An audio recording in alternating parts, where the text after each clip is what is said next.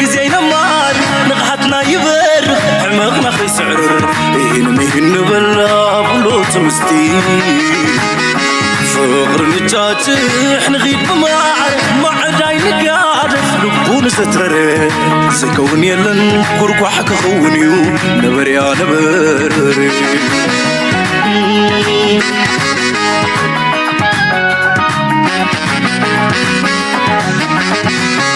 روحنا معدون فلان مامي ورقو منفس كنت اسقومي بسبب غريقو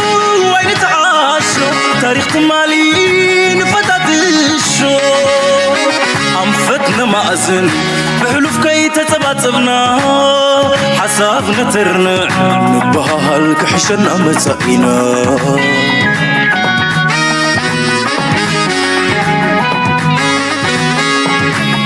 حقيقاس سرت بالي مللينا حيلي صار فغري عاد ما سحبت حلف نكرفنيو يريد راو مالت بغفال نمني بلبي لساني خبط حينا تفرون تغني. Ces impérialistes n'ont qu'un seul cliché en tête. These imperialists have only one cliché in mind. Les esclaves. C'est comme ça qu'ils voient l'Afrique. Africa is the empire of slaves. Where are we? The mainstream media butchers our stories. Analyses about Africans and the people who do. ሰላም ተኸታተልቲ ናይዚ ቻነል ከመይ ትኾኑ ፅቡቅ ክትኮኑ ናይ ወትሪ ትምኒታ እዩ ሎሚ እውን ከም ወትሩ ካብ ኩሉ ፈቲሽና ጎርጉርናን ንዓኹም ይበቅዕ እዩ ይምህረና የንቀሐና ክንፈልጦን ከነስተውዕሎን ኣለና ዝበልናዮም ዓበይቲ ዜናታት ሒዝናልኩም መፂና ኣለና ብደረጃ ዓለም ኣሰላልፋ ናይ ሓይልታት ብዝቐልጠፈ ፍጥነት ይቀያየር ኣሎ ኣፍሪቃውያን ሓንቲ ቪድዮ ከርእየኩም እየ ካብ ዩቱብ ብዛዕባ መግለፂ ናይ ፕሬዚደንት ኢሳያስ ዘለዎም ርእይቶ ንእሽተይ ከርእየኩም እየ ክሳዕ ክንደይ ነዚ ሕጂ ዝግበር ዘሎ ብፅምዓት መንእሰይ ናይ ኣፍሪካ ይፅበዮ ከም ዘሎ ኩሉ ከርእየኩም ኣይክልና ሸሓት ኮሜንት እንድዩ ገለ ክፋል ናቱ ከርእየኩም እየ ላይክ ግበሩ ሰፖርት ግበሩ ምሳይ ፅንሑ እዚ ብዙሕ ትሕዝቶ ክህልወኒ እዩ ምሳይ ፅንሑ መጀመርያ ግን ሎሚ በዚ ናይ ኣፍሪካ ክንጅምር ኢና ምክንያቱ ልብኻ ዝትንክፍ ዘረባ ስለዘሎ እዚ ትሪእዎ ዘለኹም ሰለስተ ሃገራት ናይ ሃገራት ኣፍሪካ ሰለስተ ኒጀር ቡርኪና ፋሶ ማሊ ዝገብርዎ ዘለዋ ኮንፈረንስ ምክንያቱ ካብቲ ኤኮዋስ ዝበሃላ ምስ ሰጎጋ ዝገብርዎ ዘለዋ ኣገዳሲ ዘረባን ኣብቲ ውዕል ዝተዘርበ ሓንቲ ዘረባ ቫይራል ኮይና ዘላ ስክንስማ And for this, let us be proud and be grateful for being descendants of the AES. L'Afrique, ce continent qui a tant souffert. Africa, this continent that has suffered so much and continues to suffer because of imperialists. Ces impérialistes n'ont qu'un seul cliché en tête. These imperialists have only one cliché in mind. Les esclaves. C'est comme ça qu'ils voient l'Afrique. Africa is the empire of Les slaves. Africains les appartiennent. ዋው እዛ ዘረባ እዚኣ ብፍላይ ኣብ ኬንያ ብዙሕ ግዜ ክተግባር የሎ ካብ ሶሻል ሚድያ ኣፍሪካ ሓንቲ ካብቶም ሓንቲ ኮንቲነንት በዞም ገዛእቲ ሓይልታት ብዙሕ ዋጋ ዝኸፈለት እያ ዝብል ዘሎ ኣፍሪካ ትብል ንዓታቶም ሓንቲ ነገር እያ ዘለዋ ዝጭቆን ህዝብን ዝምዝበዝ ሃብትን ዘለዋ ኣህጉር እያ እናበለ ይዛረብ ዘሎ ነዚ ዘረባ እዚ ኢብራሂም ትራውረ ናይ ቡርኪና ፋሶ መራሒ ዘሎ እያ ኣብዚ እዋን እዚ ምስቲ ንእሽተይ ምዃኑ መንእሰይ ናይ ኣፍሪካ ነቲ ዘረባናቱ ነፍሲ ወከፍ ናቱ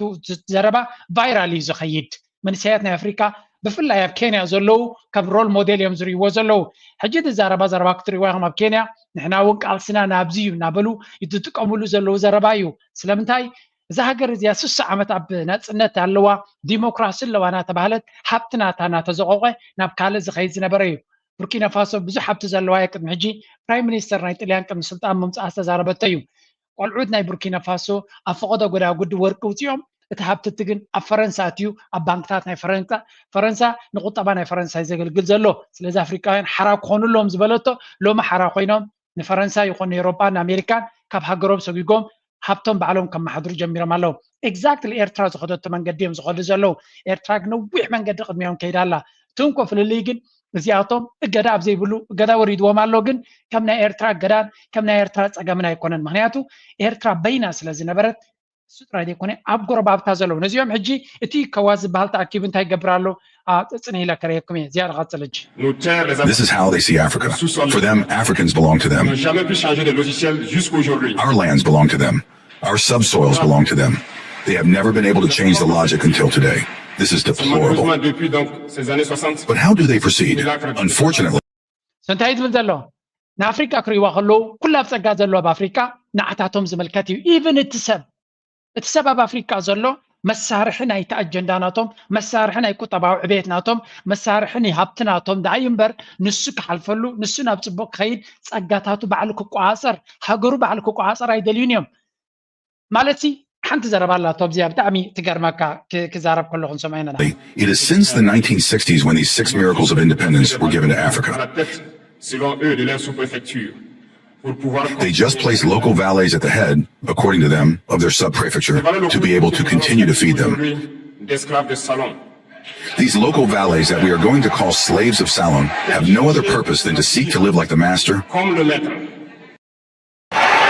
እዚ ንሪኦ ዘለና እቲ ውዑል ተፈራሪሞሞ ዘለዉ ናይ ሳሕል ስቴትስ ተባሂሎም ኣብዚ ዓቢ ኮንፈረንስ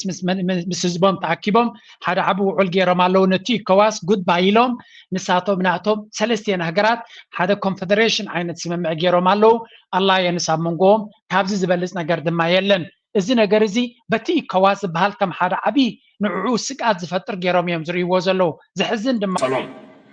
these local valets that we are going to call slaves of Salon have no other purpose than to seek to live like the master, Comme le maître. À satisfaire le maître. to satisfy the master, Ce que le maître lui dicte.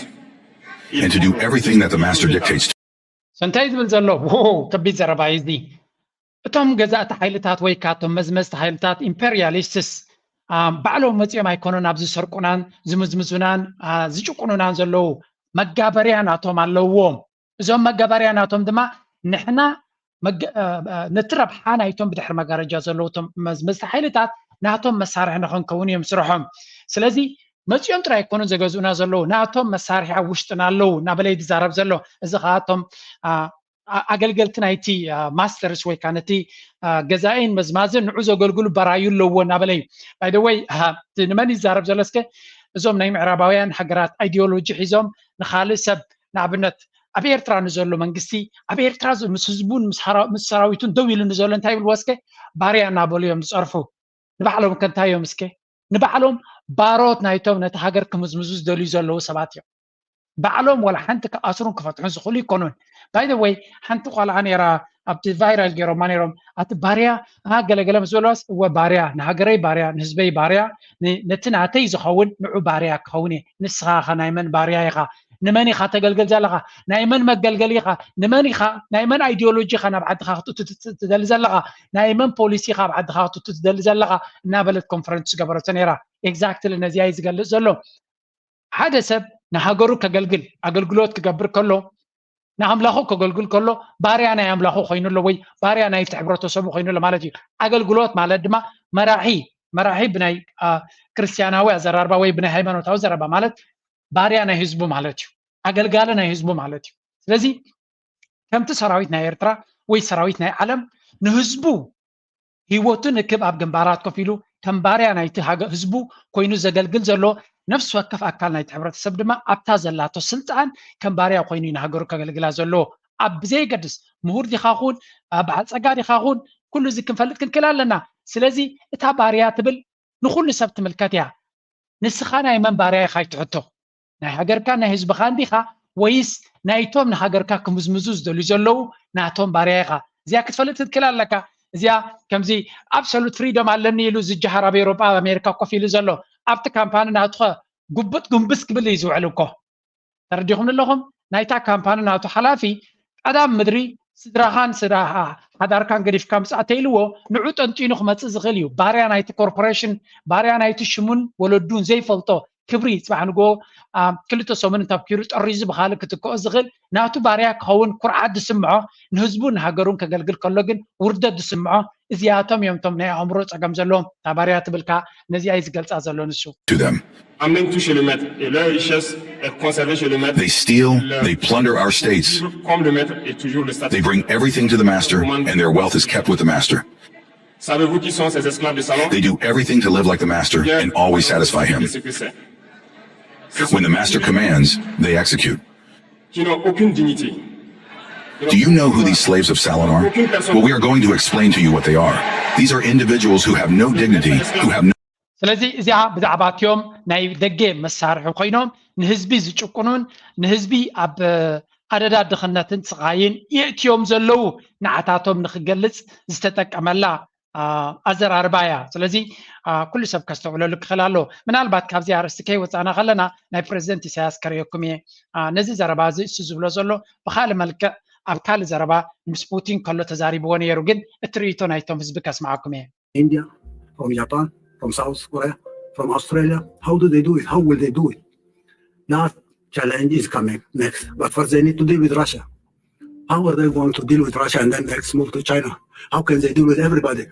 How do they contain us? Imagine this tiny Eritrea is being contained by them. We're being punished with their sanctions every time. We have to be punished because we're not bowing. We're not bound to their conditionalities. The Cold War, Russia was the hope for the people of the world.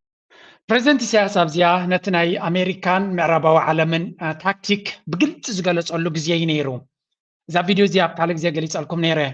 ኣሜሪካ ንኣብነት ንራሽያ ንኸተውድቕ ሕጂ እንታይ ክትብል ታክቲክ ናታ ምስ ቻይና ፅቡቕ ዝምድና ሽርክናት ክንገብርና ቅድሚ ዓመት እዩ ዝዛረብ ነይሩ ከምኡ እዮም ዝብሉ ነይሮም ሕጂ እዮም ብግልፂ ቻይናን ራሽያን ሓድነት ስለ ዝገበሩ ብግልፂ ቻይና ሰይጣናዊት እያ ከምዚ ክትገብር እያ ከምዚ ክናገበሩ እገዳታት ኣብ ልዕሊ ቻይና ዘውሕዙ ዘለው ፕሬዚደንት ኢሳያስ ኣብ ራሽያ ከይዱላ ኣብ ዝነበረ ግን ሽዑ ታክቲክ ናቶም ራሽያ ጥራይ ከነነፅል ኣለና ቻይና መሳርሕትና እያ ቻይና ምሳና እያ እናበሉ ንቻይና ከቕርቡ እቲ ታክቲክ ግን ኣብዚ ተዛሪብዎ ነይሩ ስለዚ ዘረባ እዚ ኣብዚ ኮሜንት ናቱ እንተትርዩ እታ ቪድዮ ኣብ ላዕሊ ኣለኩም ታይትል ከይድኩም በዓልኩም ረእይዋ እንተደያይ ምናልባት ቨሪፋይ ንክትገብሩ ኣብዚኣ ቪድዮ ዘሎ ኮሜንትስ ናይ ብሓቂ ኢኻ ትግረም እዚ ኣይዲዮሎጂ እዚ ፕሬዚደንት ኢሳያስ ዝዛረቦ ዘሎ ልዕሊ 2300 ኮሜንትስ ኣሎ ኣብዛ ቪድዮ እዚኣ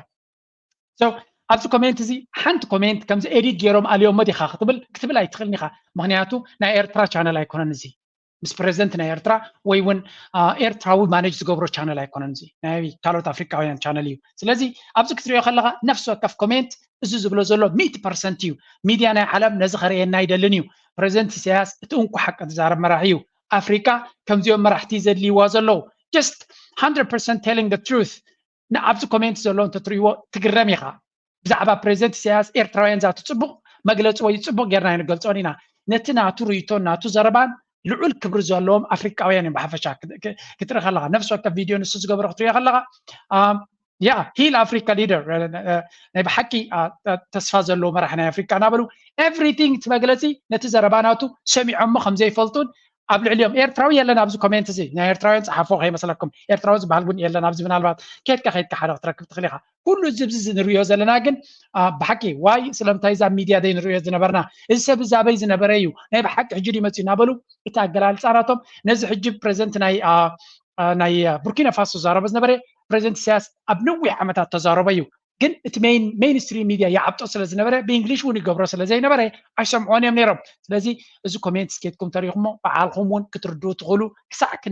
ክንዲ ምንታይ እቲ ህዝቢ ዓለም ኣብዚ ኩነታት እዚ ነቂሑ ከም ዘሎን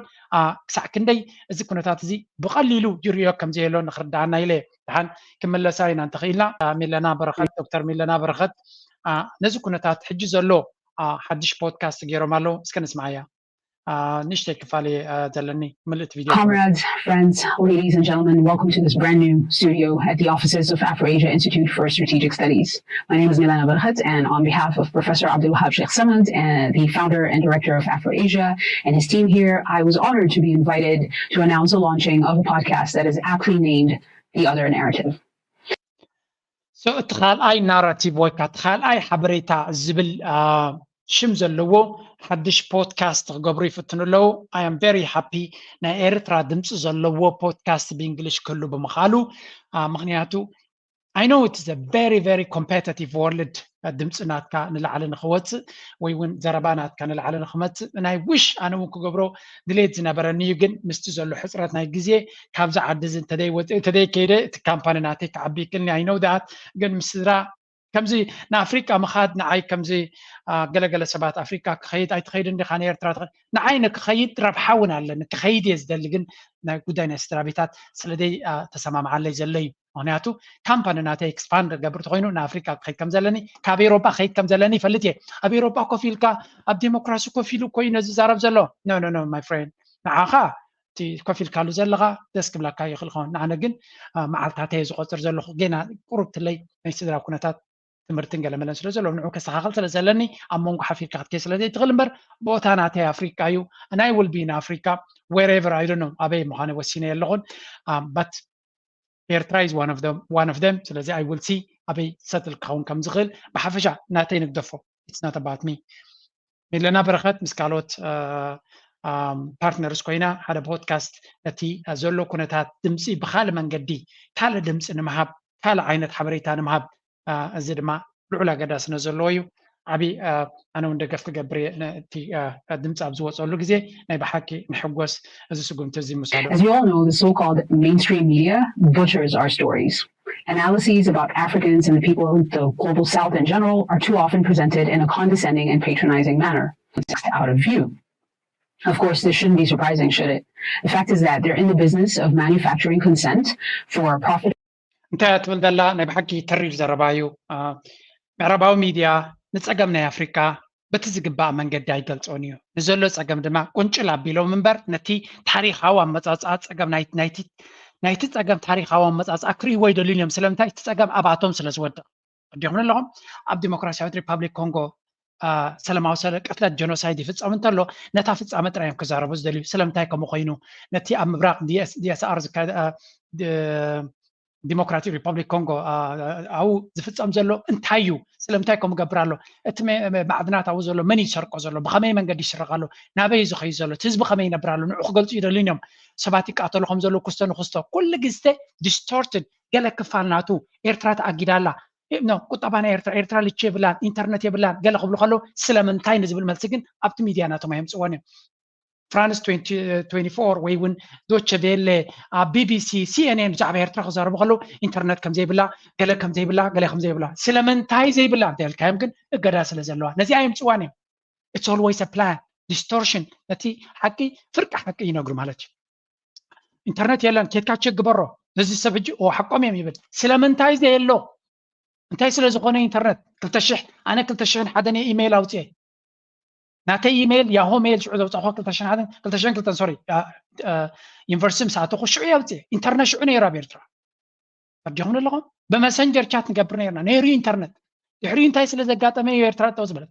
مخنياتو زخونه ነገር ከም ዘይ ትቀብር ገይሮም ስለዚ አገድዋ ነዚያ ጉዳይ እዚያ ግን አይዛርቡላንም ነዚያ ኤግዛክትሊ ነዚያ ትዛረብ ዘላ ድማ Thank you very much. Comes out of the Mayadili, and this is not those Hagazidili. Oriented special interest groups that are housed in warmongering capitals of the global north. So technically, they're doing their job. The good news is that more and more people are now aware of this dreadful act, and they're actively seeking out media platforms that lead conversations and offer solutions that are disruptive of this process. So انتايو ابزي اجي كنتنقع كنكلالنا ناي بحكي تناتنا زانتا ندق خوت تناتنا حقتات ندق مجمريا انا كم جورج خري يقلو مجمريا منينا كنا مزلنا حزبنا هنا كنا مزلنا معناته زنبو حبرتسب من اسي ابدق سلازلنا قدامنت ايرترا زطقما افريقا او فليط الله عرب فليط الله تشاينا او فليط الله ويون امريكا ويوروبا سلد فلط يكون نحنا ايرتراويان فليطنا نتحقق تتقبلنا معناته ايرترا مجمريا تسفاناتا كبيرتراويان كاب زخونه يكون ስለዚህ ቀንድ ፎከስ ናተይ ንኤርትራውያን ከመይ ጌርካ ብሓደ መስመር ሓድነትናን ልውላውነትናን ከመይ ጌርና ንኽብር እዚ ተቐዳማይ ኦብጀክቲቭ ናይ ቻነለይ ቀፂልና ግን ኣፍሪቃውን ክንእምን ክንክል ኣለና እሱ ድማ ብዝተፈላለየ ድምፂ ስለዚ ምስ ካልኦት ሶማላውያን ፓርትነር ኮንካ ምስ ካልኦት ኣፍሪቃውያን ፓን ኣፍሪካኒስት ዝባሓደ ኮንካ ዝስራሕ ድማ ብጣዕሚ ፅቡቅ ስራሕ ስለዝኾነ ናይ ኩልና ተመላሊእካ ዝኽየድ ያኑ ድማ ነቲ ዝረኸብኮ ነገር ናብ ህዝብና ምምፃእ نتي زلو كنتات نمان كندقف علينا نمان كنقتال علينا كبلكم يا دكتور فوريسوس دماغ نسقرين حج تنلي افضل خليها بصنعتك روح مسايها سعيري ترانا كفي زحري امور الزري لعقات سو زيا بوست زياتري وازلهم دكتور فوريسوس او صاي انت تبلصا دما ايرترا كاب اي ام اف كندي لك حلوا بزمت لكم نيرانه فيديو ايرترا زيرو لك كم زلوا كندي غزي حتيتا زيرو غزي كم زحتتت قال فيديو متلكم نير منالبات ابزي تقوانا له سلازي نت ويب سايت ناتهم تشيجرو كندي غزي ترانزاكشنز كاب اي ام اف زحتتتو نزبل زيرو غزي زخونه ترانزاكشن هيستوري كم زي له ايرترا كاب كاب من يخاطب كاب IMF سنتيم كم زي وسدتن بفصومن كم زي حتتتن زقلت حبريتا رينا لنا and this is big news معناته هجرات كلها أبو خينن من البعض تايم مترجم له لما أنتي قربابتنا بزعبا نفسهم تزاربوا سمعوا جي አሁን ይሄ እንደዚህ ያንን who where are we የሚለው ዲፋይን የሚያደርገው በሞት አፋፍ ላይ መሆናችን ነው እኛን ዲፋይን የሚያደርገን ከምንም ነገር በላይ هذا بلزل ملس دارك مستبصحوا بقلنا بستزاربيو أخصم نحناينا مسبز معبلنا نحناينا مناطق بصراحنا نحناينا بمركب كيرنا هندن بس نحنا بلا بلا ما عتينا قمر بالله إلى اللي بلا تصرح يزلو كندي تاريخا كندي سلطان نفل سباتنا أوكي حج خابي اللغة قد مخلت الشح قد مسلس الشح سب قد مسمع عبيلا نيرت بلا اللغة وربات ناو قد بسمت مع عبيل كرابي اللغة حجي نحنا نفسنا احنا حتى زلنا يبلا له أبزو أنزي أفقدوا خيرنا مقبلنا لمنا أبلعنا حزبنا يتأملوا نبل انتلنا بأفنا عفف مبالن قران تزي كوينو أبكون النت نايكل التشح تاريخ لنا بيتعادوا زي تجازانا حجرنا نبلكا قدم كلهم تم تجازيهم تبلهم زلغا أبتنا جريفا ملمن بايتا وصر حدا تسرعك باندير خانس إفكا تخبوا لي سلام مريم سلا ابن عرقاو تبل انتلغا نسخا فخرات رايمبر تعبيد رايمبر ولا حنتقوم نقرية بالكار قد نسمع بيلانير انت بالكارما حساويز بلا كاسب أيكون تاريخها بلاش خازلها وي ونقلت أجمع لك كايز ولا كاس لذي وي ونتهم كلام تاريخ زجبر زلبرون مساقهم من ركب يبلو من يخبلا كا لذي بعلم ينزلوا زلوا on this is the next channel لنا تاريخ لنا أنا بسينا نيرنا قرينا نيرنا اختبلت أنا هكا تقمت الكادما 10 مليون حزبناتنا رديت أبهجوز حجزنا رديت ندلنا نابل كاختصارب كلها I think embarrassing is حفري ይሄ ነው ዲፋይን የሚያደርገን የላሊበላን ግንብ የሰራን የጎንደርን ቤተ መንግስት የሰራን የአክሱምን ሐውልት የሰራን ይሄን የሰራን እንዴት አድርገን ለምናለን እንዴት አድርገን ለማኝ ሆነን እስከ መቼ ድረስ ለማኝ እንሆናለን የሚል زيات قال زي نحنا كل لمنتنا ملسيل ومنيرو أبيد ما استج مسؤول نحنا لما ني أنت غابي كون كخاصها نحنا خمسة دويل كاتفكر لما ندي يكون كان فقد استجد يكون كانت المنزل لغايلو مع عامة تجارب ومنيرو لأن أنا وأنت لما أنا مخانا يرسعنا بزياو ندقي مو مال الله شو ديت سو هين مدريزو مقبل يلمنال أوروبلان يلمن مكينة يلمن ساتلايت يلمن انديت مقبت يلمنال الله شو بلو أي سربون موي يميلو قداي كتشتي فترات يا كلهم مرحتيهم كم زبلون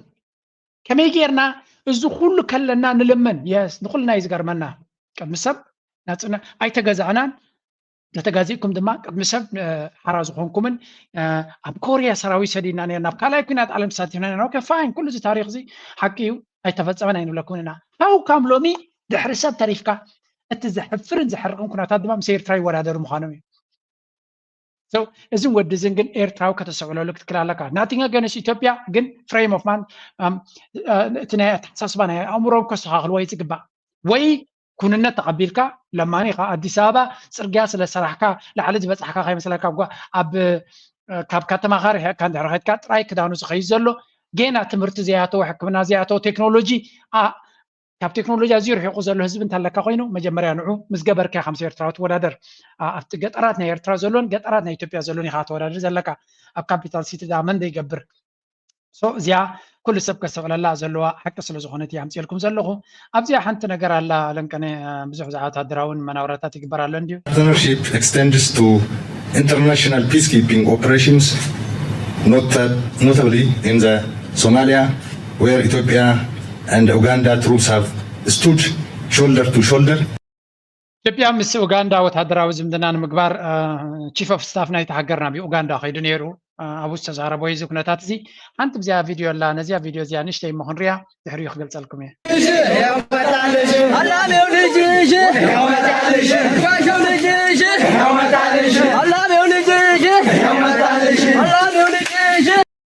In the fight እዚ ዝሓለፈ ቪድዮ ትሪእዎ ፀናዕኩም ወታደራዊ ኤርትራ ብዝዋን እዚ ብብሽክሌታ ብስፖርት ብካልእ ምዕባለ ኤሌክትሪካ ዲጋታታ ቤት ትምህርታታ ንምዕራይ ኢና ንዛረብ ዘለና ኢትዮጵያ ገና ውግ ወረ ውግ ዕግርግር ገለ ዕልዋ መንግስቲ ኣብዚ ድማ ስምዕዋ ሓንቲ ወሲኸ ገና ብዙሕ ሕብሪ ዘለኒ እዩ አብዙና አለኩም መፈንቅለ መንግስት እናካሂዳለን ብሎ አንዳንድ አባቶቻችን ውይይት ያደርጋሉ። መፈንቅለ መንግስት ኢትዮጵያ ውስጥ አይሳካም። እኛ ወታደሮች ነን። መፈንቅለ መንግስት እንዳይሳካ አድርገን ተቋማት ሰራ ኢትዮጵያ ውስጥ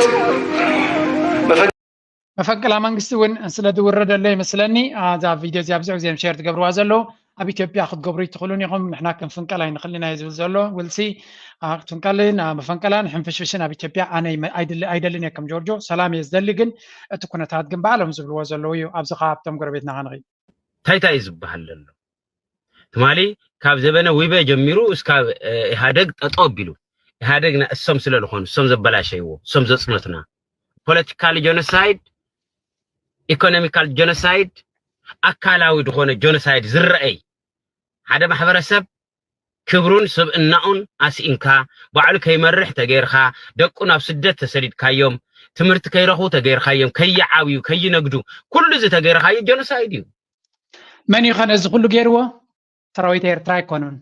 ኣይኮነን ጌራቶ እዚ ኩሉ ዝብልዎ ዘለዉ ናይ ኢትዮጵያ ዘሎ መንግስቲ ናይቲ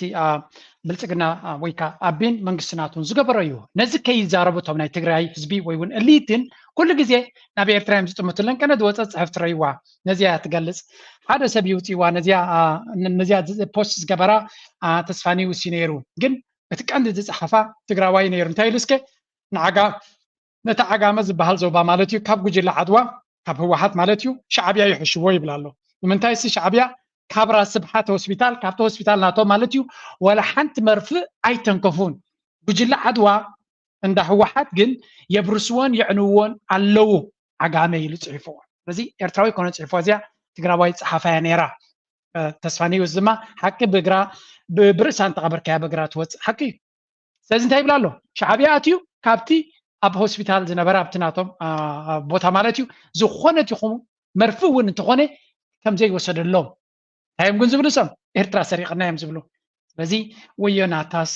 ንሓማታ ዝበሃል ብግብሪ ንሪኦን ንሰምዓሉን ዘለና ግዜ እዩ ኩሉ እቲ ዝበሃል ዘሎ ካብ ኩንነት ዝረሓቐ ምዃኑ ሕጂ ናብ ፖለቲካ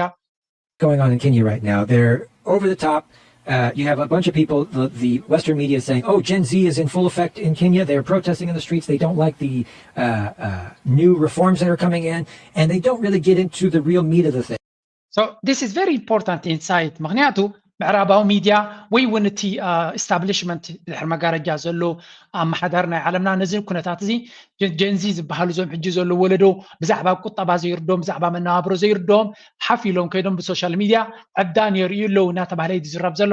እቲ ፀገም ግን IMF ዝፈጠሮ ፀገም ምዃኑ ሕጂ ስምዕዎ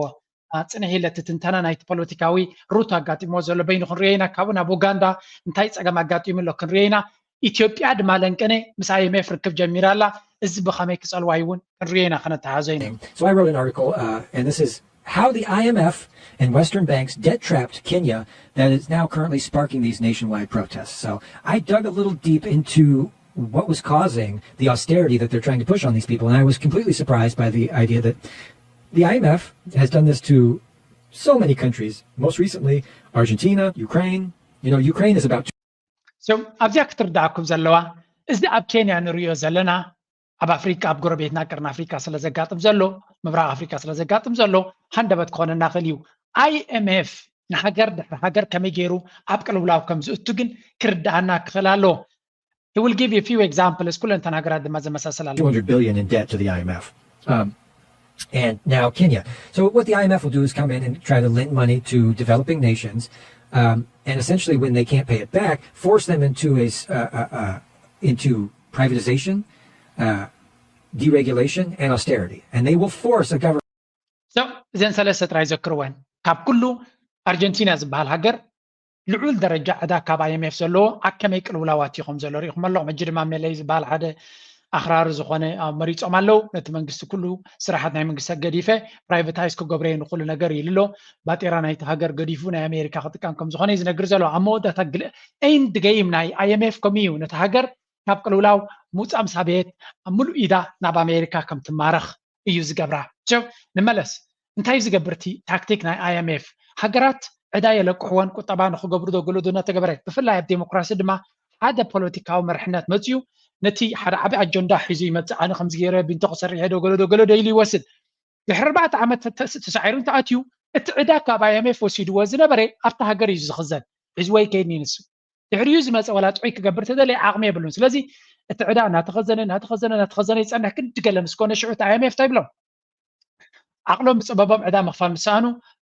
حجزونا IMF زلو نحجزكم تدلينا إذن بلاكم زلنا قبروا يبلون انتهي نسنكه privatization تكالات ناتكم تناي منجس تكالات كله نا private أساقا قروي يبلون كم بدما deregulation منجس زخونه يكون حق كم زي تاتاتو سل تكالات دليتهم حفتمات دليتهم كم زقبروا قبروا سلمتايكم زبزلو حفتمات نايم عربا وعالم نايم أمريكا نايجل المزيوم نتأكد داسي عدنا ديو ساقاتات جو قلمله نكحزوه نخقبر مالتيو سلازي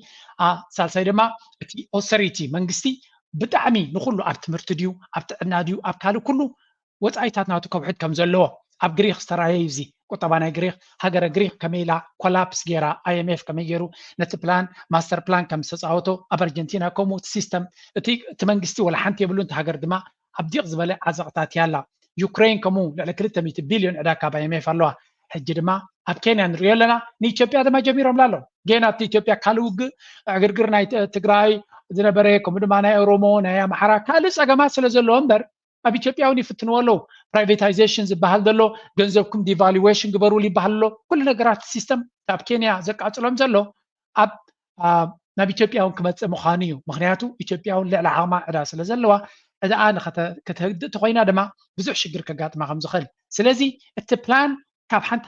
هاجرنا خده دسر حليو باكستان تبهال كم حج هاجر كمو كولابس كم تخون ويونا بحمق عزقتي بزو عدانا IMF زلوا تاونكو كابونا ابو ابسلي تحنت مسل دلا جبتيا وندل قيناتو زلا رايو جبت زبهال حدا ابي هاجر زنبري IMF كالوتن اتيوم privatization deregulation قالمله كل اتيو تهاجر ابز حج ودي قوزو درجه ودي قمالتيو حجو اندحني زلو كابونا ابو جن اتي جبسي قدمي 13 عامات حيال هاجر كابزوم كلن هاجرات عرب زحيال هاجر ينيرو جن وطبعا اب IMF اب جرن زتمركوسه بريتنا امريكا زخي تخينو ام وداتا نغزيو تعود لها تمثل ام وداتا جن نتحت قص كاترايخا تخيد to do these things and to pass laws they'll cut social spending so that they can pay their debt to Western banks. Now what happens is this becomes a Trojan horse of corporate power, right? So if you can't pay your debt, then guess who gets to come in? Halliburton, McDonald's, mining companies, whoever we want. So IMF كل جزء نتوم corporations عبيت corporations نتعب جنزب big monies بهالويكا big pockets عب جنزب زلهم corporations نعتاتهم بايتان مفتري زتك عملوا تاكتيكيو سلزي كمزي والفي أحد اللو زم تريوم زم سرجع حشيش الدشوطات زم بالعالم تايم زقبرو نتوم نعيشتو ذكنا حنتنقع كم زلنا نقرأ من قدي نتوم نعيشتو مجمريا بنات عايم زبوه مستوى لفش عكاب سدراهم سريعكم دخل منكم أمسو أنت زي اللي ما جنزب زي بلو تقينهم نعنا زي الشت نابطاب صحيح نابلو اتزعبي ريسك زلو سرح يسرح هو مغنياته والفصل زلوهم إذا دما لك IMF دما كم غيرو سمي بتعرى غيرو نتن هجرات والفيات حزن كابت والفاب زي وصلوا دما بعر نتكفل زي تقولوا تقينكم نتهم بيت سبنا وينتهم سبرب حنان عنا فاندز جبرونا بوت هبوا ميلو تهم كوربوريشنز نا أمريكا أوي ونايزم عربا عالم بزي قلعاتيوم نتي عدنا دي كالت أقاتات كله كمزمز ويفتنن. And I think this is important for people like us to try to guide people. The ruling elite wants to point to individuals. They want to point you to people. It's Trump. Well, if we would just replace everybody in Congress, then everything would be fine. We just replace the Congress members. If the problem is እዛ ቪድዮ እዚኣ ብጣዕሚ ዕምቆት ዘለዋ ትሕዝቶ ዘለዋ ዘረባ እዩ ትዛረብ ዘሎ እቲ ንዓለምና ዘመሓድር ዘሎ እንታይ ክገብረልካ ዝፍትና ብኤውሮጳ ናብ ኣሜሪካን ይብላል ኣሜሪካዊ እዩ እቲ ፀገም ባይደን ምዃኑ ባይደን ብትራምፕ ምስተቐየረ ኩሉ ክፍታሕ ምዃኑ ኣብ ኮንግረስ ዘሎ ኣባላት ምስተኣለዩ እሱ ፅቡቅ ክኸውን ምዃኑ እቲ ፀገም ግን እቲ ሲስተም እዩ እቲ ፀገም እዩ ዝብል ዘሎ ምክንያቱ ab 4 ዓመት ዝሓለፈ ዓመት ኣብ ቻይና ዝመፀ ሲስተም ስምዑ ወድሓን ኣነ ይኮንኩን ዝብሎ ዘለኹ is that we've got the wrong people managing this system. The system would be fine. And in fact, they've been almost from culturally or almost like they've been taught almost like a religion that the America and capitalism in the form of capitalism, that what we have is great. What we have is the best, to the point where they will look at a country where 87% of the people vote for the president, they love the government. They'll look at China, where over 90% of the people look at the government and say, we approve of what they're doing. So, እንታይ ዝብል ዘሎ ብሕፅር ዝበለ ኣሜሪካ ካብ ምሕር እቲ ፕሮፓጋንዳ መንግስትናቶም ትዝበለፀ ምዃኑ ንዓለም ምእማኖም ሱሳሚታዊት ህዝቢ ኣሜሪካ ንሕክምና ኢመርጀንሲ እንተጋጢሞ $1,000 ኣብ ጅቡ የብሉን ሱሳሚታዊት ዝብለኩም ዘሎ 50 ሚታዊት ይብለኩም ሱሳሚታዊት ካብቲ ህዝቢ ኣሜሪካ ከይትኩም ሰርች ግበርዎ ልዕልዩ ኮይኑ ዘሎ ስታታና ውሒደ ይነግረኩም ዘለዎ ክሳዕ ክንደይ ድኽነት ከም ዘሎ ህዝቢ ኣሜሪካ ካ ስደተኛት ማለት መፀገለ ብለኩም ያለውን ህዝቢ ኣሜሪካ ኦሪጂናል ዘሎ ማለት እዩ ሱሳሚታዊት $1,000 ኣብ ኣካውንትናት የብሉን ብዕዳ ክሳብ ዓንቀሩ ዝተዋሕጠ ህዝቢ እዩ ንሕክምና እንተጋጢሞ ኢመርጀንሲ ተጋጢሞ ክኸፍል ኣይክእል ከምዚ ናይ ኤውሮጳ ከይመስለኩም ኢንሹራንስ እውን የብሎምን ሰው ዝበፅሕ ህዝቢ ኣሜሪካ ኢንሹራንስ ናይ ሕክምና የብሉን ከምዚ እናሃለዎ ግን ሲስተም ናቶም ትዝበለፀ ኮይኑ እዮም ዝእምንዎም ዘለዉ በንፃሩ ናብ ቻይና እንተኸይድካ ይብላ ኣሎ እቲ ህዝቢ ኣብ ሓጎታቱ ወይ ኣቦታቱ ኣብ ዲቕ ዝበለ ድኽነት በሊዕ ቆሪሶም ዘይድረርሉ ግዜ ዝነበሮም ነይሮም ሎሚ ከተማታት ናይ ቻይና ክሪኡ ከለዉ ነቲ ኣብ ቅድሚኦም ዝርእይዎ ዘለዉ ነቲ ኣብ ቅድሚኦም ዝከታተልዎ ዘለዉ እዚ ጌጋዩ እዚ ሕማቕ እዩ ኢሉ እዩ ዝእምኖም ዘሎ ዓይንኻ እናራኻ percent of the people vote for the president, they love the government. They'll look at China, where over 90% of the people look at the government and say, we approve of what they're doing. They're making our lives literally better. And they will say, those countries need to be more like us. So, እንታይ ዝብል ዘሎ look at China ትማልድ ሃገር ዝነበረ ሎሚ ኣብ ከምዚ ደረጃ በፅሑ ዘሎ እቲ መንግስትናትና ከምዚ ገይሩልና ንደልየና ከምዚ መንግስቲ ከምዚ ሲስተም ኢና እንደል ክብል ከሎ ወይ እውን ኤርትራ ጠሚታ ከም ኣሜሪካ ከማሁም ክንከውን ኣይደለና ንሕና ናይ ቻይና ሞዴል ኢና ክንክተል ንደሊ ክብሉ ከለዉ ሰይጣን እዩ መንግስቲ ዝክግምጠል ኣለዎ ከማና ስለ ዘይኮንኩም እዚ ዓይነት ኣተሓሳስባ ንዓለምና ዘበላሽ ዘሎ ኣተሓሳስባ እዩ ቻይና ኣብ ቅድሚ ዓይኖም ንዝርእይዎ ዘለዉ ነቲ ኣብ ኣሜሪካ ሆምለስ ኮይኑ ዝነብር ዘሎ ንዑ ክብህጉ ይደልይዎም ኣለዉ ኣነ ብዓይነይ ነዚ እናረኣኹ ከለኹ ኣብ ውሽጢ 40 ዓመት ከምዚ ዓይነት ምዕባለት ዘምፀአ ሲስተም ናይ ቻይና ክርኢ ከለኹ ናይ ኣሜሪካ የድልየንን እዩ ማዕታ ህዝቢ ኣብ ጎደናታት ዝውዕል ዘሎ መዓልታዊ ብሽጉጥ ክትሃራረሙ ክትቃታተሉ ዝውዕሉ ዘለዉ ስርቂ ኣብ ጎደናታት ዝግበር ዘስካሕክሕ እናርኣና ከለና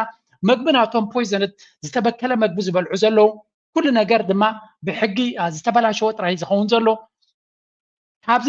ቀዲሕና እንታይ ኢና ክንቀድሓሉ ንኽእል ናይ ኣሜሪካ እንታይ ዘብህግ ስለ ዘለዎ ኢኻ ክትብህጎ ትኽእል እቲ ዘሕዝን ነቲ ሕማቕ ከምቲ ዝበለፀ ገይሮም ንህዝቢ ዓለም የሚኖ እሞ ክንደይ ኤርትራ ውሎ ኣሜሪካ ወይ ሞት ንቻይና ዘይትኸይድ ብለና ኣበይ ክረኽቦ ቻይና ዳ ደስ እናበለ ንኸይድ ትሪኦ ዶ የለኻ ናብዚ ኸይድካ ብሰላም ምንባር ኣብ ቤት ፍርዲ ኣብ ፅርግያ ጎደና ሰብ ተቐቲሉ ትሰምዕ ብሕክምና ሕማም መንግስቲ ምእላይ ስኢንዎ መይቱ ትሰምዕ ቻይና ምዕቡል ዓዲ ማይ ፍሬንድ እንተዘይፈሊጥካ ኸይድካ ራዮ እና ኣም ሪሊ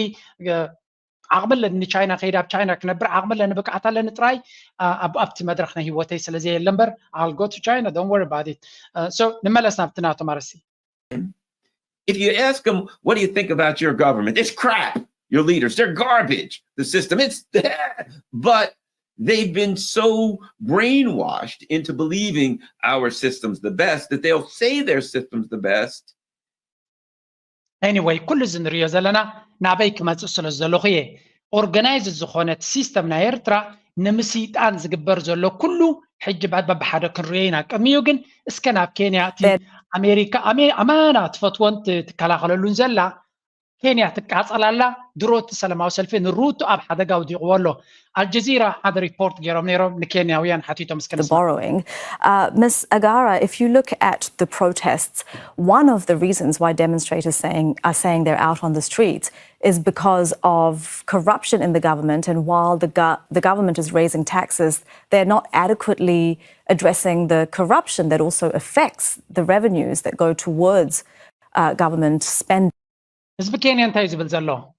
ኣከንተ ንዓና ንድኻታት ካብ ኢድና ኣፍ ንነብር ዘለና ተወሳኺ ታክስ ዝበና ነቲ ዘሎ ገንዘብ በብልሽውና ዝጠፍእ ዘሎ ገንዘብ ኣምፂኻ ኣብ ትክክለኛ ቦታ ክትገብሮ ዘይትፍትን ሩቶ ይብልዎ ኣለዉ ሓደ ካብቲ ኣብ ፅርግያታት ኣውፅይዎ ዘሎ ነቲ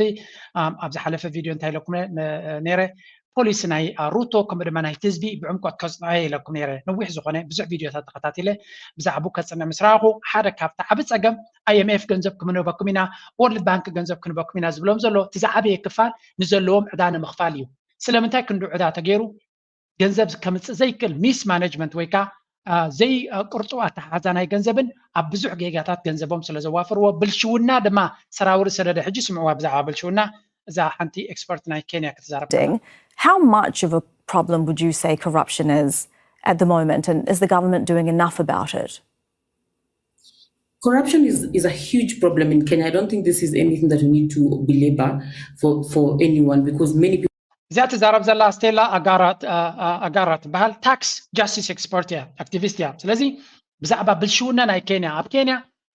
ሓድሽ ዘይኮነ ሰራውር ዝሰደደ ብልሽውና ከም ዘሎ እዩ ዝንገር ሕጂ እቲ ቀንዲ ፀገም ነገር ብልሽውና ደይ ምዃኑ ዝኾነ ፕሬዚደንት ናይ ኤርትራ ኣብ ኬንያ ኣብ ናይዚ ግሪን ሬቮሉሽን ወይ ከዓ ግሪን ኤነርጂ ተባሂሉ ሓምላይ ፀዓት ተባሂሉ ፕሮጀክት ኣብኡ ተገይሩ ዝነበረ ኮንፈረንስ ኢልዎም ኣክንድክ ብዙሕ ነገራት ንዛረብ ነቲ ብልሽውና ናይ መንግስቲ ከነጥፍ ዘይንፍትን ንሱ እንድሕር ጠፍዩ ተኻለ ኩሉ ፅቡቅ ክሰርሕ ኢልዎም ነይሩ guess what people have had the many reports on corruption that have come out of Kenya. The biggest challenge that we're having with this government is that there's an increase in runaway corruption. With the coming into office of the president, he managed to get very many people who had active cases in court pardoned and getting away with very small fines for some of their corruption. ናይዚ መንግስቲ እዚ ብፍላይ ናይ ሩቶ ፀገም ዘሎ ኢሉ ናይ ነዊሕ ዝኾነ ናይ ብልሽውና ታሪክ ስለ ዘሎ ብታ ሃገር ብቐሊሉ ክትኣልዮ ትኽእልኒ ኢኻ እዚ መንግስቲ ሕጂ ዘሎ ግን ነቶም ብብልሽውና ተኻሲሶም ኣብ ቤት ፍርድን ዝነበሩ እውን ብንእሽተይ ገበንን ብንእሽተይ መቕፃዕትን ኣውፅእዎም ድሮ ናይቲ ብልሽውና ሲስተም ኣብ ሲስተም ዝኣተዎ ብልሽውና ስለ ዘሎ እቲ ገንዘብ ኣብ ውሑዳት ሰባት ተኣኪቡ ክነሱ ኣክንዲ ካብኦም ታክስ ወሲድካ ነቲ ዘሎ ፀገም ትፈትሕ ነቲ ሓንቲ ዘይብሉ ድኻ መሊስካ ግብሪ ኣብ ልዕልዩ ልክዕ መመሊስካ ኣብ ልዕልዩ ናፅዓንካዮ ትኸይድ እሞ እቲ ፀገም ኣብ ኣሜሪካ ዘሎ ፀገም እዚ ፀገም ናይ ኣሜሪካ እቶም ዓበይቲ ኮርፖሬሽንን ቢልዮነራትን ታክስ ኣይከፍሉን እዮም ኣማዞን ታክስ ኣይከፍልኒ እዩ ዝበሃል ኣማዞን እቲ ዝዓበየ ካምፓኒ ታክስ ኣይከፍልኒ እዩ ነቲ ተራ ሰብ ግን ክሳብ ትንፋሱ ዝወፅእ ታክሲ ናመንጨቱ ይወስድዎ እዚ ኻ እንታይ እዩ እቶም ቢልዮነራትን ሃብታማትን ነቲ ሲስተም ስለ ዝቆፃፀርዎ ታክስ ብሬክስ ዶናልድ ትራምፕ ሕጂ ክመፅእ ከሎ እንታይ ዝብል ዘሎ ዝፍክር ዘሎ ንዓበይቲ ካምፓኒታት ታክስ ከጉድለሎም እየ ኮንሰርቫቲቭስ የማናይ ክንፊ ክመፅእ ከሎ ኣብ ኤሮፓ ኣነ ንኣብነት ፅቡቅ ቁጠባ ስለ ዘለኒ እቶም ዓቃባውያን ተመፂኦም የርብሑን እዮም ንዓው የማናውያን ተመፂኦም ታክስ ስለ ዘጉድልዎ ነቶም ኢንካም ፅቡቅ ዘለዎም ፅቡቅ ረብሓ ኣለካ በንፃሩ እቶም ሊበራልስ ተመፂኦም ኣብ ልዕሊ ሃብታማትን ገለን ታክስ ገብሩ እዮም ፀገም ግን እቲ ገንዘብ ታክስ ምቁራፅ ጥራይ ዘይኮነ እቲ ታክስ ኣበይ ይጠፍእ እዩ ሕጂ ስምዕዎ ኣብዚ cases. His government has also had several scandals linked to corruption that are going to be impacting on the lives of Kenyan citizens, because that's money lost from the economy that will never be recovered. Kenyans happen to have a very vibrant media that keeps on informing them about these forms of corruption, and they follow the cases on a daily basis because Kenya is very politically active. So it puts us in a situation where the citizen understands what is being lost from the economy, and then they're also listening to the president trying to convince them through his government that they need more resources to be able to run our country. سنتها تبل دلا حزب كينيا نكحز زلو وهزبيو نكحز زلو ودما نتي زغبر زلو مزمزا حبتناቶም ናይቲ ሃገር ባጀት ኣበይ ጠፋሎ ኣብ ከመይ ኩነታት ውዕላሎ እንታይ ረብሓ የምፅኣሎ ማሎ እንታይ ዓይነት መቐይሩ ኣብ ሂወቶም ይገብረሎ ማሎ ይርዩ ሓንቲ ዘይቅየር ዘሎ ተራ ኬንያው ብዙሕ ረብሓ ዘይብሉ ምናልባት ከተማታት ፀቢቑ ሃይወያት ጌርካ ተራ ሰብ ግን ኣይጥቀመሉን እዚ ነገራት እዚ ኣብ ትምህርቲ ኣብ ሕክምና ትምህርቲ ናፃ ንኹሉ እንተጌርካ ህዝቢ ናይቲ ሃገር ይረብሕ እዩ ምክንያቱ ኣብ በዓል ኬንያ ብዙሕ ሰብ ኣብ ፕራይቬት ስኩል እዩ ዝኸይድ ናይ መንግስቲ ትምህርቲ ሕማቕ ስለ ዝኾነ ፕራይቬት ስኩል ከየጥፋእካ ድማ ትምህርቲ ክምዕብል ኣይክእልን እዩ ምክንያቱ ሃብታማት ጥራዮም ኣብ ፕራይቬት ስኩል ዝኸዱ ስዊዘርላንድ እየ ዝነብራነ ኣብ ስዊዘርላንድ ፕራይቬት ስኩል ሳሕቲ ዝርአ ኢንተርናሽናል ናዘን ዓበይቲ ካምፓኒታት ዝሰርሑ ካብ ኣሜሪካ ካብ ካልእ ዓለም ዝመፁ እሞ ኣብቲ ናይ ቋንቋ ናይ ጀርመን ክመሃሩ ስለ ዘይክእሉ ዝመሃሩሉ ኢንተርናሽናል ስኩል እዩ ዘሎ እምበር ኣነ ገንዘብ ኣለኒ ደሞዝ ስለ ዘለኒ ደቀይ ኣብ ኢንተርናሽናል ስኩል ክሰዶም እየ ዝብል ሰብ የለን ኣብዚ ኩሉ ሰብ ኣብ ናይ መንግስቲ ዝኸይድ ስለምንታይ እቲ ናይ መንግስቲ ቤት ትምህርቲ ንኩሉ ማዕረ ዝገበረ ፅቡቅ ቤት ትምህርቲ ኩሉ መሳለጢ ዘለዎ ስለ ዝኾነ ኤርትራ ድማ ብዓቕማ እቲ ፕራይቬት ስኩልስ ኣጥፍያ ኩሉ ሰብ ብማዕረ ክሳተፈሉ ዝኽእል ትምህርትታት ኣለዋ እዚ ድማ እቲ ፅቡቅ ፖሊሲ እዩ ሕክምና ፕራይቬት ክሊኒክ ክሳብ ዝዓዳ ይፍለጥን እዩ ኣለዉ እዮም ግን መብዛሕትኡ እቲ ሆስፒታላት ዳርጋ ምስ ሲስተም ናይቲ መንግስቲ ዝኣተዎ ብኢንሹራንስ ዝኽፈል እምበር ሕልፍ ዝበለ ካብ ጅባኻ ትኸፍሎ ፕራይቬት ክሊኒክ ዝበሃል ኣብ ስዊስ ኣይፍለጥን እዩ ሳሕቲ እዩ ዘሎ ስለዚ እቲ ሲስተም ንኩሉ ከም ዘርብሕ ጌርካ እንተሰሪሕካዮ እዩ ዘዋፅእ ኣብ በዓል ኬንያ እዚ ነገራት እዚ ግን የለን Unfortunately, the feeling is that the amount of debt that they're incurring for this country is not being invested in the right area, and therefore doesn't make sense. But maybe let me add, Elizabeth. So ብሓፈሻ እቲ ዘሎ ሲስተም ነቲ ህዝቢ ስለ ዘይርብሕ እቲ ህዝቢ ድማ ኣንፃሩ ጠጠው ይብል ኣሎ እዚ ሕጂ ዝካየድ ዘሎ ሰለማዊ ሰልፊ ድማ ብኸመይ ጠጠው ከብልዎ ወይ we don't know እቲ ሚድያ ፅቡቅ ዝኾነ ሸፈነ ኢግኖር ይገይርዎ ዘሎ ሳሕቲ እዩ ዝወፅእ ዘሎ እምበር ከምቲ ዝድለን ከምቲ ብርትዕናቱን ሸፈነ እውን ይረክብ የለን እዩ ዝበሃል ሕጂ ናብ ጎረቤትና ሃገር ክንመፅእ ኢና ክልተ ኣገደስቲ ቪድዮታት ኣብይ ኣሕመድ ለንቀነ ኣብይ ኣሕመድ ለንቀነ ነታ ዕብጥብጥ ተብላ ዝነበረ ሕቶ ብወቅዒ ክዛረበላ ጀሚሩ ኣሎ እንታይ ዝደሊ ዘሎ እንታይ ዕላማናቱ ኣብዚ እናረኣናዮ ክንከይድ ኢና ብዙሕ ቪድዮታት ሸር ክገብር እየ ኣብዚ ጉዳይ እዚ የኢትዮጵያ መንግስት ጥያቄ የሲ አክሰስ ይሄ ሌጂቲሜት ጥያቄ ነው ይሄን በሰላማዊና በንግግር መልኩ እንደማንኛውም ኮሞዲቲ ለመቀበል ኢትዮጵያ ዝግጁ ናት ለምሳሌ ወይ ሶማሌ ወይም ጅቡቲ ወይሎቹ የቀይ ባህር አክሰስ አላቸው ግን እንደ ኢትዮጵያ ሊያመርቱ አይችሉም እኛ የተሻለ መሬት አለን የተሻለ ውሃ አለን ኢነርጂ ምግብም ከኛ አቮካዶ ከነሱ ውሃውን ብንጋራ ምንም ችግር የለበትም ንግድ ነው ተጠቅመን አድገን ተባብረን አብረን ብንሄድ ኣነ እዚ ሰብ እዚ እንታይ ዓይነት ኢኮኖሚክስ ወይ ከዓ ትሬድ ሪሌሽንስ ተማሂሩ ክሳብ ሕጂ ዝገርመኒ ዘሎ ዶክተር ፒኤችዲ ኣለዎ እዩ ዝበሃል እንታይ ዝብል ዘሎ ንሕና ንደልዮ ዘለና ኣፍ ደገ ባሕሪ ንዓና ኣገዳሲ እዩ ኣፍ ደገ ባሕሪ ብጣዕሚ ዘገድሰና ኣብ ጎረባብትና ዘሎ ሃገራት ብፍላይ ጅቡቲ ሶማልን ወሲዱ ኣሎ ክልቲአን እዚአን ሃገራት እዚኣተን እንካን ሃባን ክንብል ንኽእል ኢና ንሳቶም መሬቶም ከምናትና ልሙዕ ኣይኮነን ማይ እውን ከምናትና የብሎምን ስለዚ ንሕና መሬትና ማይናን ልሙዕ ስለ ዝኾነ ኣፍሪና ኣቮካዶ ይብና ኣፍ ደገ ባሕሪ ክንጥቀም ንኽእል ኢና መን እዩ ኣፍ ደገ ባሕሪ ዝኸልከሎ ኣነ ይርዳኣንን እዩ ወይስ እቲ ኣፍ ደገ ባሕሪ እቲ ኣቮካዶ ናቱ ይቡስ መሬት ሽጡለይ ዝብል ዘሎ ኣነ ይርዳኣንን እዩ ዘሎ እቲ ኩነታት ኣፍ ደገ ባሕሪ ንኸይጥቀም ዝኸልከሎ ሓይሊ ኣሎ እንካን ሃባን ናይ ንግዲ ኩሉ ሰብ መርሓባ ኢልዎ እዩ ባይ ዘ ወይ ኬንያ ኣብዚ እዋን እዚ ኣፍ ደገ ሓድሽ ከፊቶምሉ ኣለዉ ወደብ ተጠቂሙ ካብ ናይ ጅቡቲ ብዝሓሰረ ዋጋ ክጥቀም ከም ዝኽእል ሶማልያ እውን ክንደይ ግዜ እንካ ኢሎም እዮም ግን ንሱ ዝደሊ ዘሎ ናይ ካልኦት ኣፍ ደገ ባሕሪ ክህግር መት መሬት ከላ ይትቦም ንስኻ ኣቮካዶ ኣብ ዓድኻ ዘፍረኻየ ክትቦም ንሶም ድማ መሬቶምን ባሕሮምን ብናፃ ክቡኻ እንታይ ዓይነት ሎጂክ እዩ ዝኽተል ዘሎ እምበር ኣፍ ደገ ባሕሪ ብንግዲ እንካን ሃባን መስመር ናይ ኣፍ ደገ ባሕሪ ከም ካልኦት ሃገራት ከፊልካ ተጠቀም መን ከልኪልካ ከፊልካ ተጠቀም ይብሉካ ኣሎ ምናልባት ሓበራዊ ልምዓት ክንገብር ኢና እንተኢልካ ድማ ዝኣምነካ ሰብ የለን ሶሪ ኢትዮጵያ ከኣምንዋ ይክእሉን እዮም ከኣምና ዝኽእል ሓይሊ የለን ጎባጢት ሃገር ምዃና ሓደ ኪዳን ጌራ እውን ክፀንዕ ከምዘይትኽእል ኤርትራ ኣላ ምስክር ኢቨን እቲ ኤርትራ ዘይደለዮ እቲ ፌደሬሽን መንዲ ይፍሪስዎ ንስኹም ዘይኮንኩን ኣፍሪስኩም ወይስ እቲ ታሪክ እቲ ክፋል ንስኹም ትፈትዎ ጥራይኹም ክትሕዙ ትደልዩ ኤርትራ ብዘይድሌታ ኣብ ትሕቲ ዩኤን ብፌደሬሽን 10 ዓመት ምሳክ ክፀንሕ ድሕሪኡ ድማ ጉዳይ ናታ ኤርትራውያን ባዕሎም ክውስንዎ ተባሂሉ ነይሩ 10 ዓመት ከይበቃ ነቲ ፌደሬሽን ኤርትራውያን ዘይደልይዎ ኣፍሪሱ ዝጠርነፈ ሃገር መንዲ ክሳብ ሎሚ ድማ ኣፍ ደገ ባሕሪ ነርና ናይ ናፃ ክልተ ወደባት ነርና እናበለ ዝጀሃር ዘሎ ነቲ ሕጊ ምጥሓሱ ጥራይ ዘይኮነስ እዚኦም ሰባት እዚኣቶም ግን ሓንቲ ነገር ክርዳእና ክኽእል ኣለዎ ሓይሊ ስለ ዘይረኸቡ ምርግጋእ ስለ ዘይረኸቡ ፀገሞም ክፈትሑ ስለ ዘይከኣሉ እምበር እቲ ዓንዳራ ኣካይዳናቶምን ኣተሓሳስባናቶምን ደረት ከም ዘይብሉን ስለዚ ሕጂ እንታይ ዝብል ዘሎ ኩሉ ነገር ድማ ነቶም ህዝቢ ይክእምኖም ዝፍትን ዘሎ ኤግዛክትሊ ከም ናቱ ዓይነት ማይንሰት ስለ ዘለዎም ድማ የጣቅዕሉ ኣለዉ ለሪጅኑም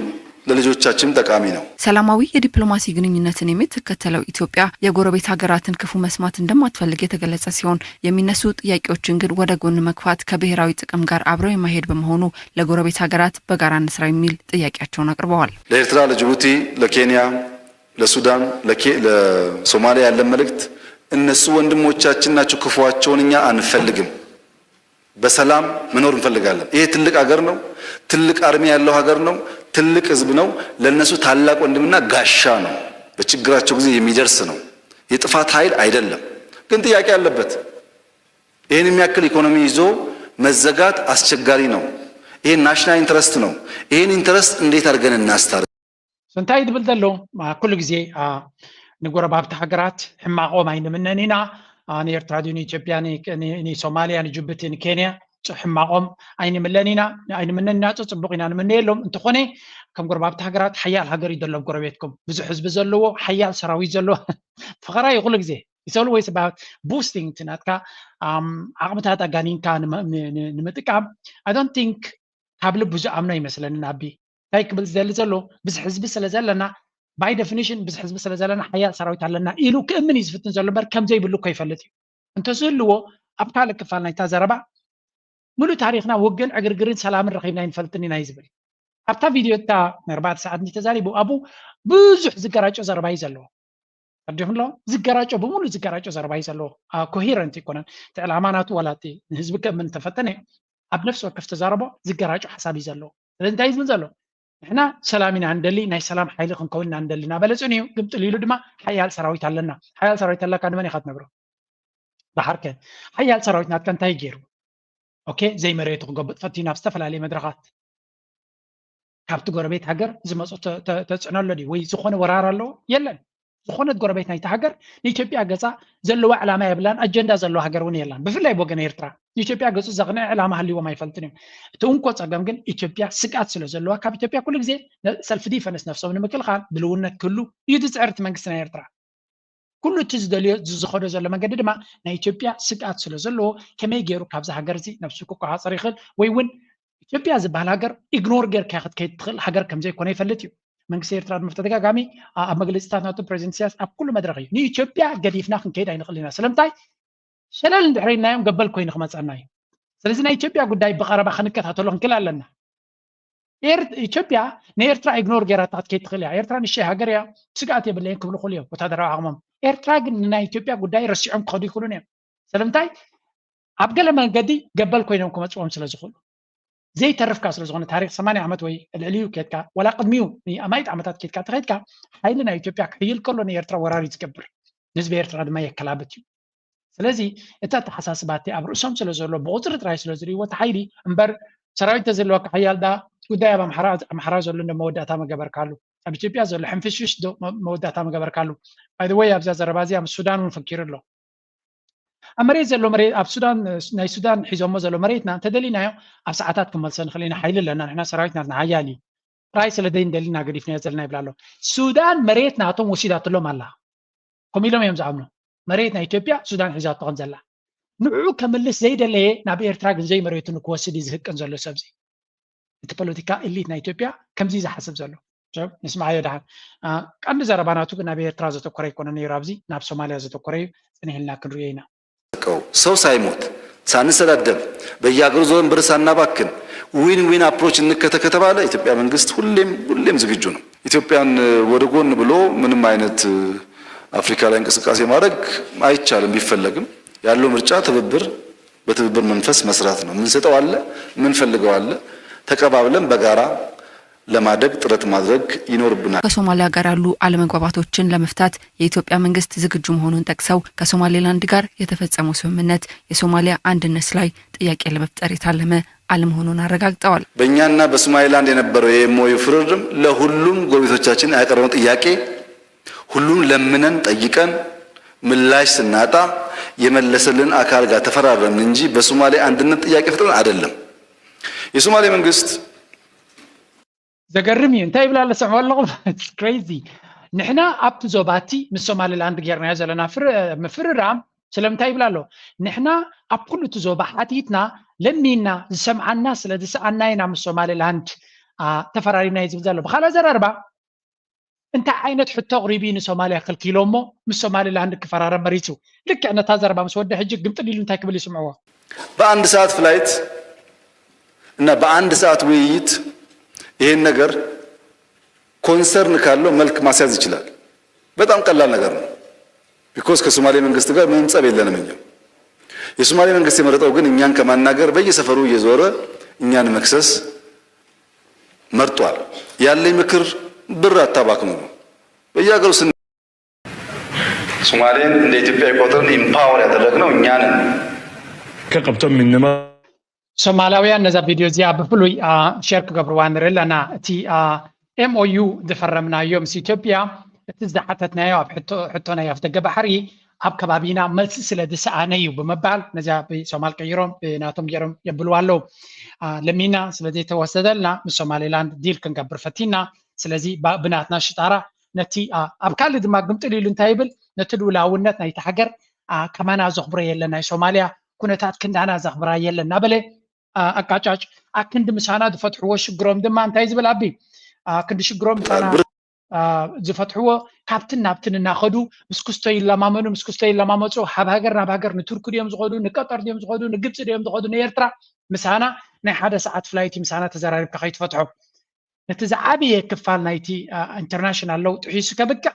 እቲ ኣሽካላት ዘረባናቱ ንዕቀት ዲኻ ክትብሎ ደይብስለ ዲኻ ክትብሎ ብዝኾነ ክትብሎ ትኽእል ኢኻ ብሓፈሻ ግን ሶማላውያን ብጣዕሚ ከም ዘይተሓጎሱን ድሕሪ እዚ ዘረባ እዚ بريزنت ناي سوماليا مس ناي جبسي بتليفون كم سرخبه ينقرالو وان زنا تخايده خلو ግን ስቃት ከም ዘሎ ምን ትፈልጥ ኢኻ ኣብዚ ስምዑ እንቅለ መንግስት ሙከራ የሚካሄደው መቼ ነው አልኩኝ። አሜሪካ ውስጥ የስልጣን ሽግግር ሲካሄድ ነው። እያንዳንዱ አሜሪካ ውስጥ ፕሬዝዳንቶች ሲቀያየሩ ኢትዮጵያ ውስጥ መፈንቅለ መንግስት ይሞከራል። ሓደ ካብቶም ናይ ፕሮፓጋንዳ ማዕከናት ናቱ ኣብ ኢትዮጵያ ማእሲ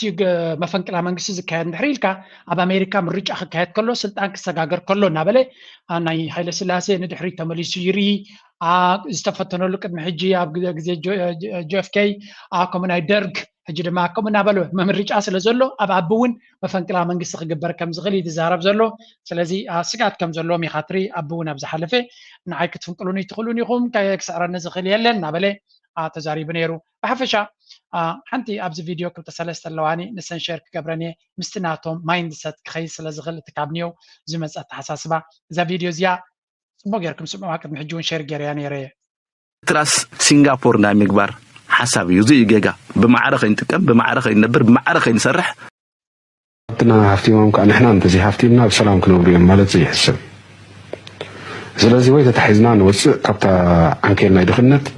ወይ ተታሒዝና ንጠፍእ ኣብታ ናይ ዓንኬል ናይ ድኽነት ጎረቤትና ደቂሱ ክሓድር ጎረቤትና ፀጊሙ ክሓድር ጎረቤትና ቀሲኑ ክሓድር ኢና እንደሊ እምበር ንዓና ስለተመነዩልና ሕማቕ ንዓታቶም እውን ከምኡ ሓሳብ እዩ እዚ ጌጋ ብማዕረ ከይንጥቀም ብማዕረ ከይንነብር ብማዕረ ከይንሰርሕ ፍሉይ ፀብለልትነት ክህልዎም ሞ ተጠራቅሞ ወታደራዊ ሓይሊ ናብ ኢኮኖሚ ክቕይርዎ ስለዝተንቀሳቀሱ እዩ ኣብ ኤርትራ ዝተፈላለየ ናይ ኢኮኖሚ እንታይ ኢና ንርኢ ዘለና ኣብዚ እቲ ኣተሓሳስባ ናይ መለስ ይኹን ናይ ገብሩ ኣስራት ኤርትራ ብናታ መንገዲ ከይዳ እንተማዕቢላ ስግኣት ከም ዝፈጥረሎም ስለዚ ወይ ንሕና ምስኦም ተጎርቢትና ክሓልፈልና ኣሎ እንተዘየለ ንከይሓልፈሎም ኩሉ ዝከኣለና ክንገብር ኣለና እዚ ቃል ብቃሉ ሕስድና ኢና ንብሎ ጸዲቕሎም ካሊእ ዘረባ የብሎ ሕስድና ጥራይ ኢኻ ትብሎ ንስማዕ የድሓን ክሳዕ ክንደይ ትሕስድና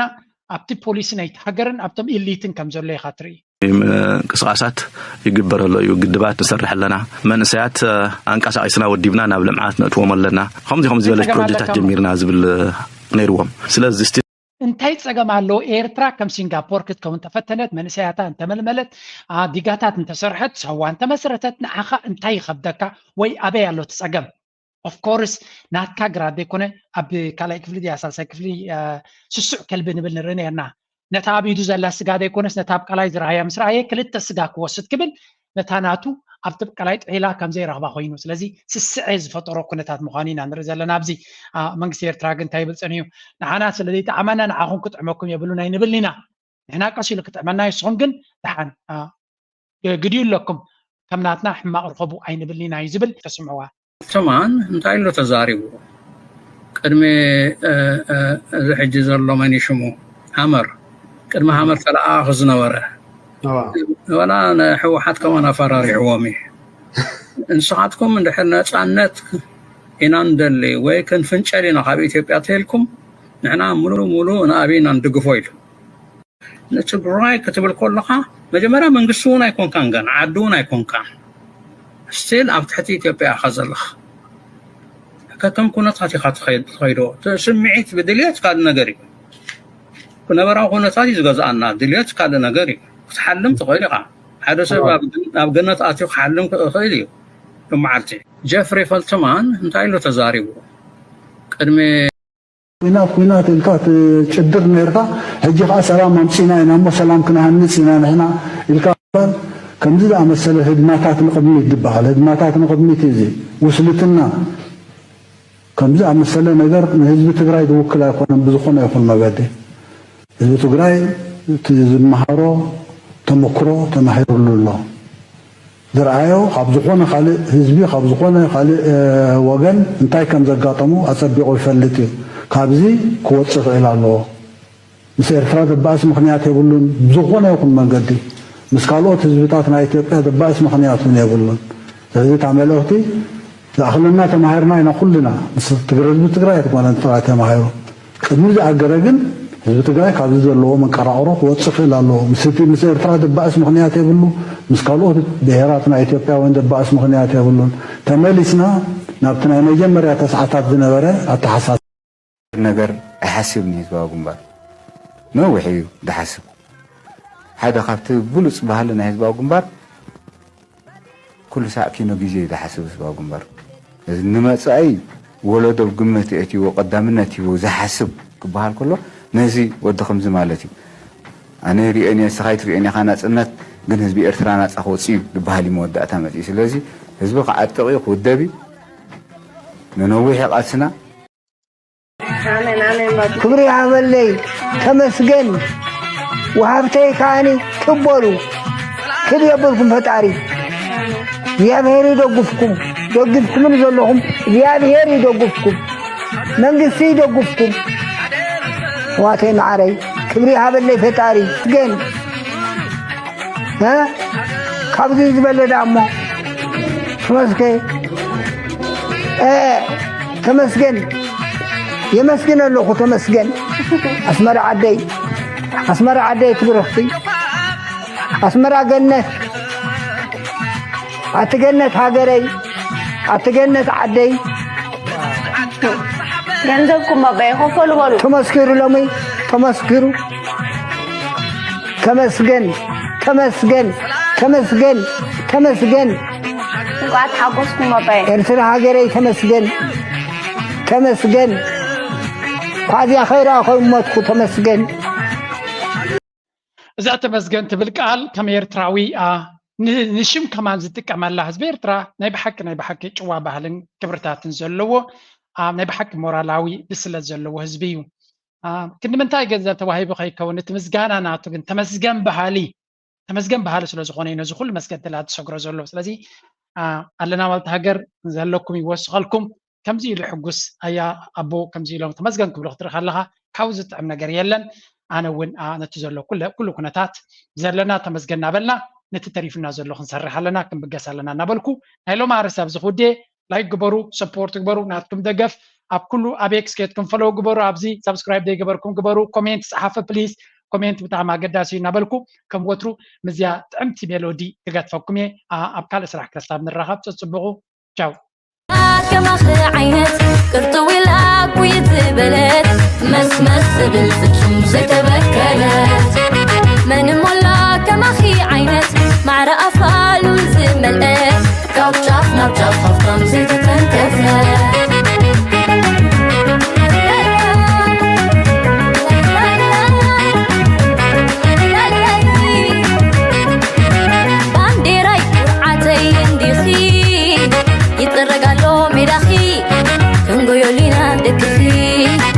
قارزو ششاكي بانديراي نامي تايت بغتي فناتي تيران بعقلي على كحناي لناخي كما هرالو تايتكي بانديراي تتمتمني أصحيتا ورخي دفني تاقشكو نشع عند قالي نابخي يبلني ولي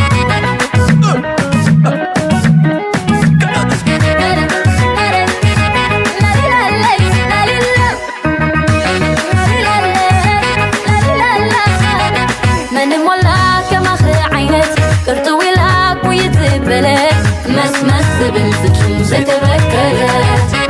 من مولا كما عينت مع رأفال